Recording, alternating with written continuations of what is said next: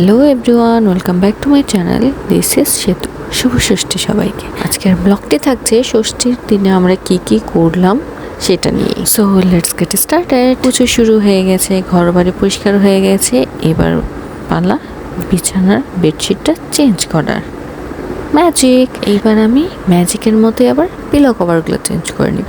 আচ্ছা, আপনাদের পুজোতে কার কি প্ল্যান বলুন তো? কি কি করবেন? কবে থেকে ঘুরতে বেরিয়েছে? বাবা এখানে টুকির জন্য 2টা গিফট নিয়ে আসছে, আর টুকিকে বলছে সেই গিফটগুলো এখান থেকে নিয়ে গিয়ে দেখতে। সো আমি আপনাদের সাথে এইটা পরে শেয়ার করব। আজকে থেকে যেহেতু মেনলি ষষ্ঠী শুরু হয়ে গেছে, মানে পুজো শুরু হয়ে গেছে, তাই আমি ভাবলাম আজকে একটু ভিড় কম হবে, যাই গিয়ে একটু ঘুরে ফিরে আসি। রাস্তাগুলো কি সাংঘাতিক পরিমাণে সুন্দরভাবে সাজানো হয়েছে, মানে দেখলেই মনে হচ্ছে যে হ্যাঁ, পুজো, নারায়ণগঞ্জের পুজো মানে হিটস ডিফারেন্ট।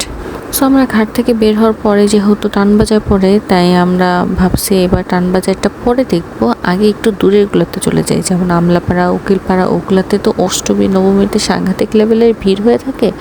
ওখানে তো পা ফেলার জায়গায় পাওয়া যায় না, ঠিক মতো প্রতিমা দর্শন করা যায় না। তাই এবার ভাবলাম যে সেখানে চলে যাই। তাই আমরা সর্বপ্রথমে চলে গিয়েছিলাম আমলাপাড়াতে। আমলাপাড়ার ডেকোরেশন, ঠাকুরের প্রতিমা সব কিছু খুবই সুন্দর হয়েছে, স্পেশালি উপরে প্রদীপের মতো কি জানি করছে, দেখতে বেশ ভালো লাগছিল।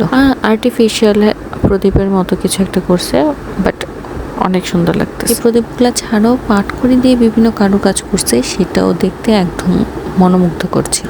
প্রতিমা দর্শন করে আমরা যখন বের হয়ে যাই, তখন এই ফাউন্টেনটা চোখে পড়ে। এটা অ্যাকচুয়ালি ঢোকার পথেও চোখে পড়ে, তো অনেক সময় আমরা একদম বরাবরই বের হয়ে যাই, বাট এবার আমরা বরাবরই বের না হয়ে উল্টো পথে যে পথে দিয়ে ঢুকেছিলাম সেই পথে দিয়ে বের হয়েছি, যার কারণে সেখানে এই ফাউন্টেনটা আবার পাইছি। পরেই আমরা চলে গিয়েছিলাম কলেজ রোডের যে রামকানের মন্দিরটা থাকে সেইটার সাইডের কাজগুলো যে কি সাংঘাতিক পরিমাণ সুন্দর করে করছে, সিম্পল বাট এলিগ্যান্ট, খুবই সুন্দর লাগছে।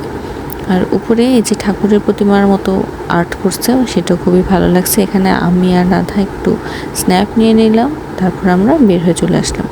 এরপরে আমরা বের হয়ে গেছি একটু খাবার খাওয়ার উদ্দেশ্যে। 2-3টা ঠাকুর দেখে আমরা হয়রান হয়ে গেছি, এখন একটু খাবার খেয়ে নিলাম।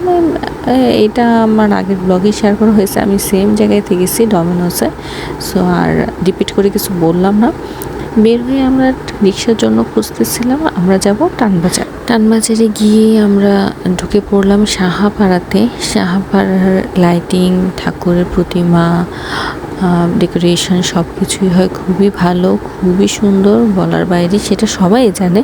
কিন্তু অষ্টমী নবমীতে যেই পরিমাণে ভিড় হয়, সেখানে পা ফেলার জায়গা থাকে না। সেজন্য আমি কোনো রিস্ক না নিয়ে আজকের দিনেই চলে গেছি, যেন একটু সুন্দরভাবে প্রতিমা দর্শন করে আসতে পারি।